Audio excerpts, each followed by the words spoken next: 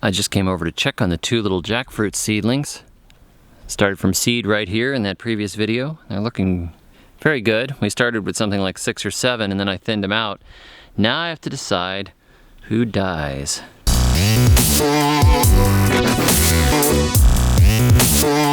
We were wandering around the cocoa orchard the other day, which has some other trees planted in it, and you know, I found those coffee up near the top of the property and I didn't know there were any more in here. And those up there just had green fruit on them, even though I got some coffee sprouts from around their bases. But this one here, we found way back here in a corner, and it is loaded with coffee. This is Coffea liberica, Liberian coffee. So today, Rachel and I are going to attempt to pick it. The problem is, it's like 20 feet tall. So I'm gonna have to try and figure out how to make this thing work. So let's do it. Let's pick some coffee cherries. I'm gonna see if I can bend this down and then we can pick it, I guess. And we want the all the way red ones? We're not gonna get this. No. We're gonna have to cut the tree down. That's not really what you want to do though, right? Let's see.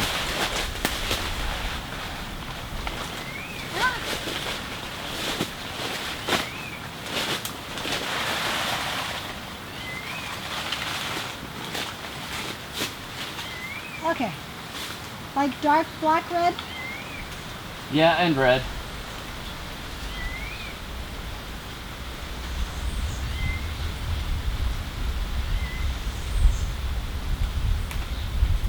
Shouldn't we have a mule or something? Yep. And burlap bag. Yeah. I like the Publix bag. Yeah.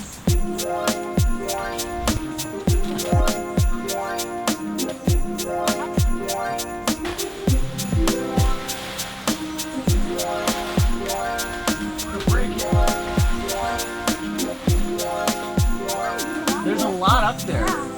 I'm gonna have to climb the cocoa. Okay. I want to climb this cocoa to pull this over, but I don't think it's actually safe to climb this cocoa because I've seen them fall over here. Multiples have fallen over since we've been here because it was really dry and then it's really wet, and this one's already a severe angle, and I think it would be tempting fate to climb this cocoa. So I've got to come up with another way of getting these branches down where I can actually pick them. So I might just hang on them and kind of swing down the hill a little bit.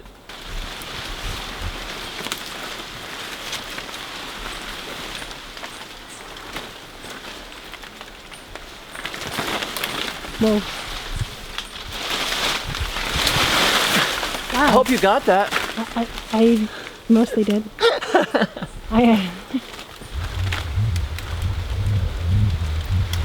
It's gorgeous. Hope all you guys are enjoying the cold. Sorry, that's mean. I hope I send a little warmth your way from here in the tropics this chilly Christmas season.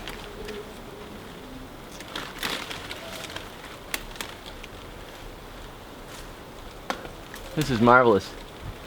I mean, I think I'm gonna have to look up coffee pruning or talk to my friend Gary about coffee pruning because it would be very good to get these lower. I know that Liberian coffee is a tall tree anyways. I read about it.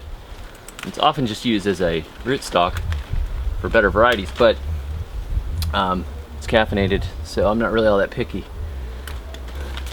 And it's coffee. So I don't know.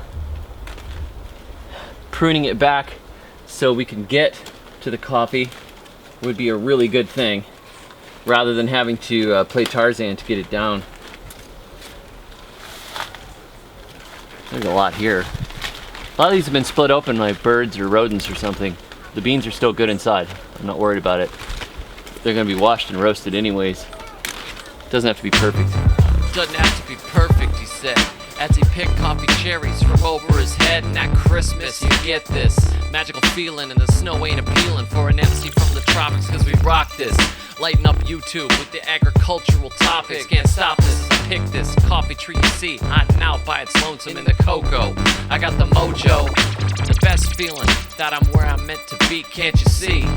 The marbles of equatorial fruits and shoots and beans with caffeine, Liberica representing, and what I'm presenting is a man and his wife living life with little strife. Sure, my car is dead, but overhead I got the beans, filling a bag with enough coffee cherries to make your spine sag and bury any bit of sleep you thought you'd get. This is it, like Osteen, your best life now, but no golden cow heresy. It's clear to me that I've been blessed, though I'm a mess. Giving thanks to God, though it's crazy odd, He cares enough to be the reason for the season. A Merry Christmas to thee, peace on earth, immersed in mild.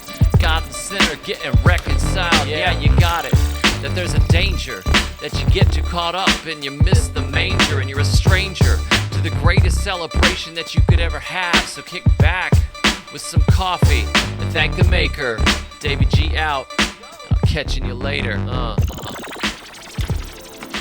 One of the things that makes coffee expensive is the fact that you have to pick, usually by hand. If you machine pick it, you get a bunch of junk in, and you get the greens, you get the reds, it just kind of strips everything out, and then they kind of sort it later. But if you want to do it properly for gourmet coffee, what you do is you pick the ripe ones only, and it ripens over a time period. So it doesn't all ripen at once. You can see I've got like maybe 1/3 of these are still green, so I'm gonna leave them on here. And then I gotta do the Tarzan thing again and pull the tree over in maybe a month or two when they start to ripen up. And this one, I mean, some of these are really green. They're not like the Arabica that I used to grow. It looks like this has got a little longer season on it maybe. It's even less commercial and more wild than coffee that we're used to. But hey, I don't mind. I love coffee. And this is like a dream to be out here right around Christmas picking coffee in a cocoa orchard. I could not have written a better script.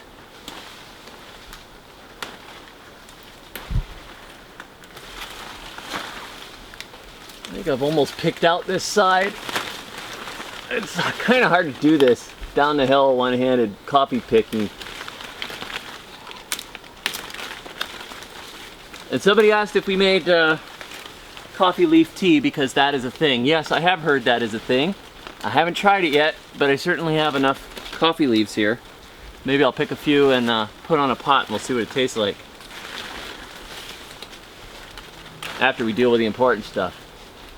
I'd say we got about a half a gallon or so of coffee cherries off of that one tree, which is pretty nice. And these are a pretty big bean inside of these guys. So we'll split these off and see if we can do the rest of the coffee processing. We'll have enough to make a few pots here, I think. Very exciting. Thanks for watching. Be sure to like and subscribe. Catch me on the web at thesurvivalgardener.com, and have a very Merry Christmas. See you next time. And until then, may your thumbs always be green.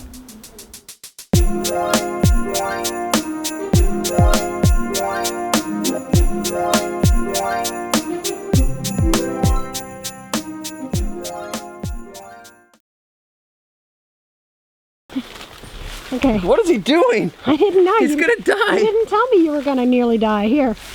I wasn't planning for that.